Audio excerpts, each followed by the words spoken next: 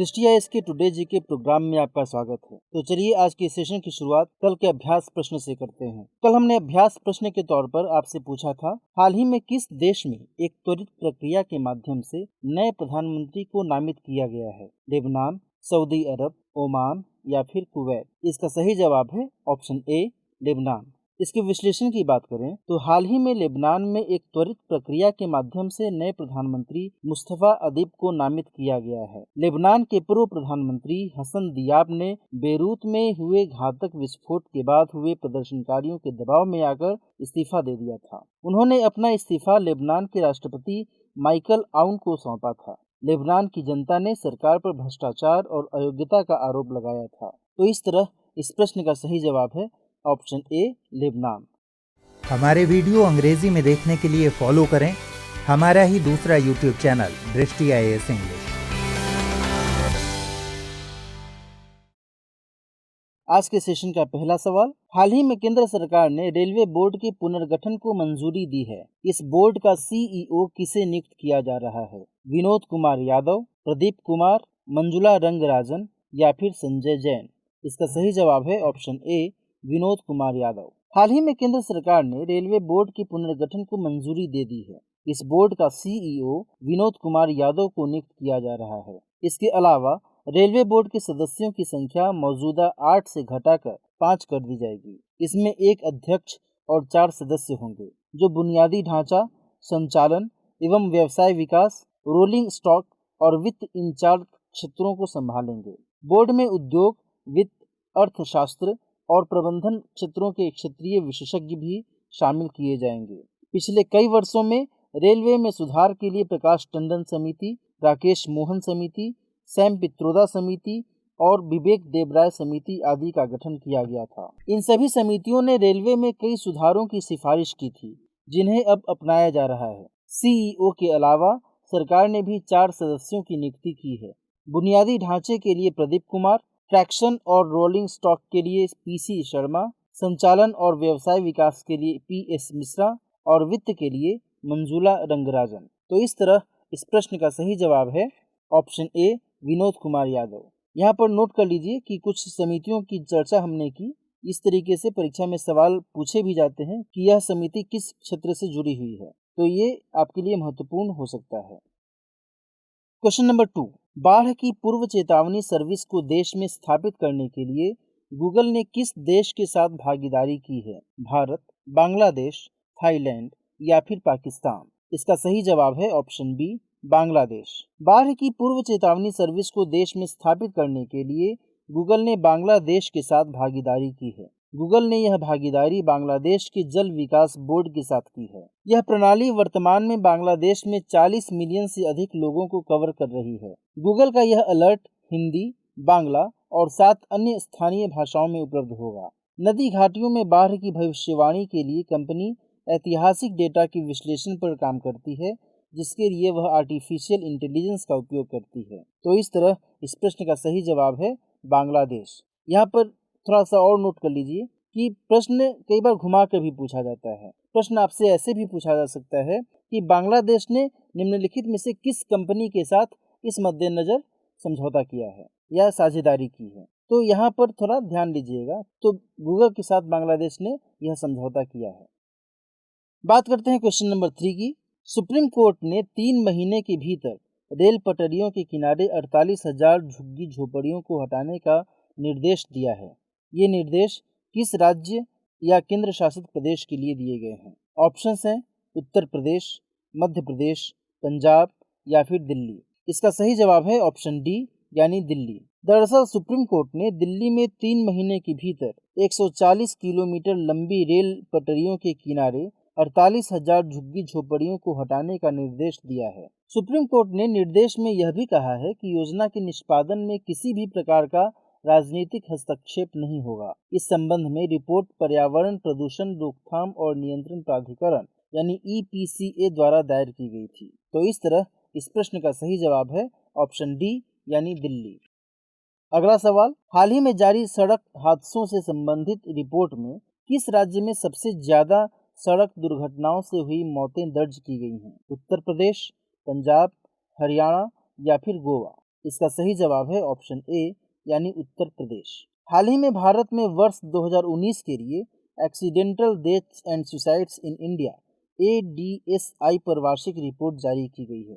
Report के मुताबिक देश में सड़क दुर्घटना से होने वाली मौतें 1,52,780 से 1.3% बढ़कर 1,54,732 हो गई हैं। सड़क हादसों से संबंधित इस रिपोर्ट में उत्तर प्रदेश में सबसे ज्यादा रोड एक्सीडेंट्स से हुई मौतें दर्ज की गई हैं। इसके बाद महाराष्ट्र और मध्य प्रदेश क्रमशः दूसरे और तीसरे स्थान पर है। यह report national crime record bureau यानी NCRB द्वारा जारी की गई है। तो इस तरह इस प्रश्न का सही जवाब है ऑप्शन ए यानी उत्तर प्रदेश। अगला सवाल लेते हैं। सवाल है US India strategic partnership forum यानी USISPF के वार्षिक शिखर सम्मेलन का आयोजन किया जा रहा है। यह इस सम्मेलन का कौन सा संस्करण है? दूसरा, तीसरा, चौथा या फिर पांचवा? इसका सही जवाब है ऑप्शन बी यानी तीसरा। US India strategic partnership forum यानी USISPF के वार्षिक शिखर सम्मेलन का आयोजन किया जा रहा है। यह इस सम्मेलन का तीसरा संस्करण होगा। यह एक 5 दिवसीय शिखर सम्मेलन है जो 31 अगस्त 2020 को US India navigating new challenges theme के साथ शुरू हुआ था। यह भारत प्रशांत क्षेत्र की आर्थिक नीतियां, सार्वजनिक स्वास्थ्य में नवाचार एवं अन्य मुद्दों को भी कवर करता है। USISPF एक गैर लाभकारी संगठन है। यह भारत और अमेरिका के बीच साझेदारी के लिए काम करता है। इसे 2017 में स्थापित किया गया था। इसका उद्देश्य अधिक समावेशी समाज बनाने के लिए आर्थिक विकास, उद्यमशीलता, रोजगार सृजन और नवाचार को बढ़ावा देना है। तो इस तरह इस प्रश्न का सही जवाब है ऑप्शन बी यानी तीसरा। क्वेश्चन नंबर 6, डायोप्टर निम्नलिखित में से किसका मात्रक होता है?